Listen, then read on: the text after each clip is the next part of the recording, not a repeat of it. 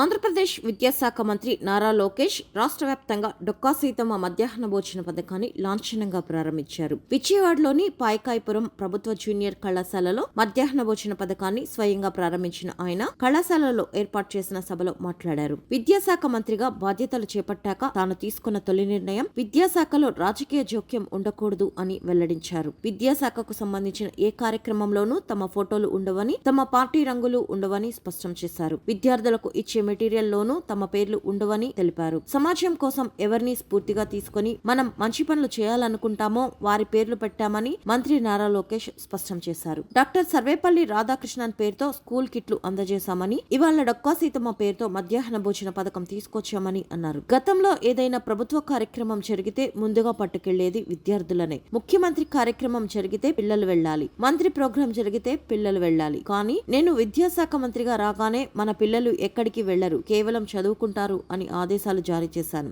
అంతేకాదు స్కూళ్లు, జూనియర్ కళాశాలల్లో కేవలం జాబ్ మేళాలు మినహా మరే ఇతర కార్యక్రమాలు జరిపేందుకు వీల్లేదని చెప్పానని మంత్రి నారా లోకేష్ అన్నారు. ఇక ఉపాధ్యాయులు గతంలో చాలా ఇబ్బందులు ఎదుర్కొన్నారని, వారిపై యాప్ల భారం విపరీతంగా ఉండేదని అన్నారు. ఈ యాప్ల భారం తొలగించాలని కూటమి ప్రభుత్వం నిర్ణయించిందని నారా లోకేష్ వివరించారు.